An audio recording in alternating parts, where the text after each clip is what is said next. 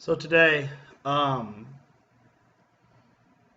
I want to talk today about something that I thought of while I was working, and the reason for this is because I said yesterday I was supposed to have the day off, and I was going to do Heroes Pantry and hang out with my friend Richard, and we were going to go to Excalibur and do all these fun things. But today I had to go into work because a coworker of mine um, called in, and my boss texted me at 7:30, said, "Hey, I need you to come in." I didn't respond to him until about 9 o'clock at night, at 9 o'clock this morning, because I turned off my alarm when it went off at 7 because I thought I didn't have to work today. My bad. So I texted him back, and I texted him back at 9:05, and I was like, "Yo, I'll be there in 15 minutes. Sorry, I just woke up." And I roll in, and he is like, "Thank you so much for coming in today. I really appreciate you coming in. You have no idea." Um, because some of you don't know this, I work at a grocery store, and on Wednesdays we change our ad. Um, Wednesday is when our new ad starts, and I work in a meat department. So all this meat that was on sale last week gets pulled from the counter, tags are taken off, new tags are put on, and the meat that we cut yesterday goes on sale today, if that makes sense. Um, so we were able to, yeah, so I came in on an ad change day, I should specify. And that's a busy, busy day. It's where you just take all this stuff off the counter, rearrange everything, and then put new stuff on the counter. And it's kind of wild,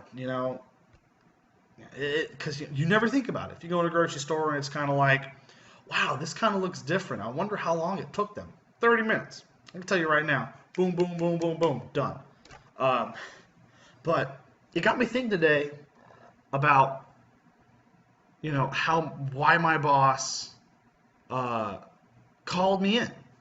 You know, uh, I'm a good worker, I think. I do what he asks me to. I do what he tells me to do, which there's a difference on that. Um, and I'm just willing to work. I live on my own. I have to pay bills now. I'll take as many hours as I can. Just try and work hard. Earn that money. I need the money. It's a bit greedy, I understand, but to me, it's normal. If you're not going to work, where are you going to get food? Where are you going to get utilities? Where are you going to get clothes? Money. How do you get money? Work. Um, but it got me to thinking about influence, I guess, because my other coworker called in, and so she kind of lost some face, like respect, not respect, but she lost credibility as a worker. But me coming in on my day off and saying, "Sure, no problem, I'll work, I don't mind," it helped me gain face, I guess. Because now if you think about it, if someone calls in, my boss is more likely to call me in because I said sure than this other person because she didn't want to work because she couldn't work. I don't know what the reason was because I don't like prying into personal business because I like to keep personal and work lives private. What I say at work is what I want people to know at work. I don't tell them a lot about my personal life because it's personal. It just made sense to me. It just makes sense to me. Um, but it's weird how we influence people because when you influence people, you get two reactions. You get a positive or a negative reaction, and it's kind of similar to one of Newton's laws of motion. With every action, there's an equal and opposite reaction. Like it's kind of like pass it on, like the pay it forward thing. If I go and get donuts and a person behind me ordered donuts, I could be like, "Hey, I want to pay for the person behind me." That person might be like, "Oh, that's so lovely." I want to do the same thing and it'll just create this giant, I just started a chain of pass it on, because my consequence created a positive, because my action created a positive consequence. It's been a long day, um, and it's just weird, because that's a stranger I don't know, and I influence them somehow, Another story of me influencing people. I'm an Eagle Scout. I was in scouting from the age of, oh God, 8. So I've been in scouts for about 10, 11 years. Crap. Um, and there's this Boy Scout camp in Mena, Arkansas named Camp Pioneer. And when I was 14, I was so, impressed by the staff that worked there that I wanted to be like them. And they influenced me to go work at a Boy Scout camp. Now, I don't know if you ever been to a Boy Scout camp or if you know anything about Boy Scout camps, but what they do is they put you in the woods for a week. It's 5 days, five and a half days, 4 nights, because our camp ran Sunday afternoon to Saturday evening, because we would get camps in Sunday afternoon around like 10, 11-ish, early afternoon, and then we would get camps in all day. We'd run them through the whole like introduction, like swim test. Here's all the key points, meal times, hit them through the dining hall so you learn all the rules. It's been so long. Yeah, and then after that we take them back to their camp, run through the inspection of that, take an account of everything, help them move in, make them feel comfortable. And then we take them to a Friday night campfire, which is kind of like the whole shebang of, here's camp, woo! And to some of these kids, it's the most gruesome thing they could ever do. Seriously. Some kids go, we get kids from Dallas, Texas. We get kids from Longview, Houston. We had this one trip from Houston. Like, what the heck are you doing all the way from Houston? You drove 5-7 hours to a Boy Scout camp in Arkansas. It's just nuts to me. And you influence these people. I had this one kid just sign up that summer because of me.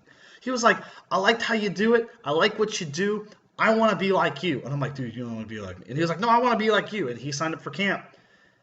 And he loved it. He loved it. Like, he came back the next few years, and, I got his phone number, and he would text me, like, every year. He was like, hey, you coming back this year? I'm like, no, dude, I'm not. I got a job, and, at home. I got, I make real money. I work. And he was like, oh, okay.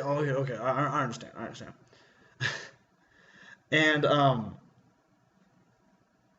it's just like I influenced some 14-year-old kid who was in the middle of the woods, no cell phone, no Game Boys, no handheld devices, to want to stay further and get paid to do it. It's nuts, because you don't think that you have that power. Some people don't ever realize that they influence each other. None. Other people notice. I want to say probably 60-70% of people know that they're influencing someone or notice they influence someone. The other 30% are either too tired to care, or they just probably don't care at all. And it's just crazy, I don't have any influences for doing this video diary. It's just I want to, Well, actually, that's a lie. That's a lie. I'm gonna go on a small story here. I have this friend of mine. Her name's Bethany. She's so cool. She's real sweet, real nice, super supportive of practically anything you do, and because she wants you to be the best you can be. I think. Now that's what I get from it, and last night I made my video, edited it, put it on YouTube, and I watched it to make sure I did it right, got all the stuff done, see how it looked, and I sent it to her on Facebook because she told me she was doing it for a short while.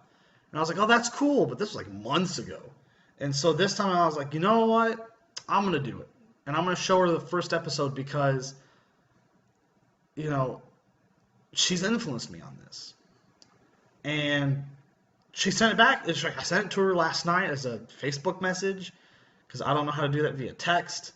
And she messaged me like today, this afternoon, around like 2 o'clock, and she was like, I really liked it. And I was like, you don't need to lie to me. I know you're kidding. You're trying to be supportive. Stop that.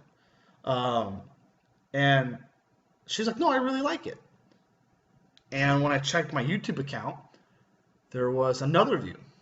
So she actually sat down and watched my video and watched me fumble through uh, my very first episode. Um, so thank you, Bethany, for influencing me into doing this. And I know I'm probably not going to influence anyone to do this, but if I do, take it upon yourself to do it for yourself. Most people who are influenced by others mostly do things for themselves, not in a selfish way, but more as a self-gratifying way. Like for me, yesterday I thought this would be weird talking into a camera, talking about how I feel, what I did that day, what I did today actually, and it's kind of therapeutic if you think about it. Um, because I was excited when I came home today. I was like, man, what am I going to talk about today? And so yeah, I mean, just try it. I'm doing a 30-day challenge. I don't expect these things to get popular. I don't expect these things to get views. I don't expect these things to go insanely viral because I'm doing this for me. So I think since this is my second episode, this is the first time I've done something coherently, like day after day. Um, so I think every episode I'm going to try and end on a little bit of wisdom or something insightful. Uh, so today, try and do one thing to self gratify you, whether it's walk your dog, walk your pet your pet, call your parents, call siblings, call grandparents, tell someone who's influenced you that they've influenced you. It could be a teacher, it could be your boss, it could be your coworker. It could be your cat for influencing you to love cats. I don't know your life. I mean, one of my biggest life mottos is you do you, I'll do me, but we're not going to do each other.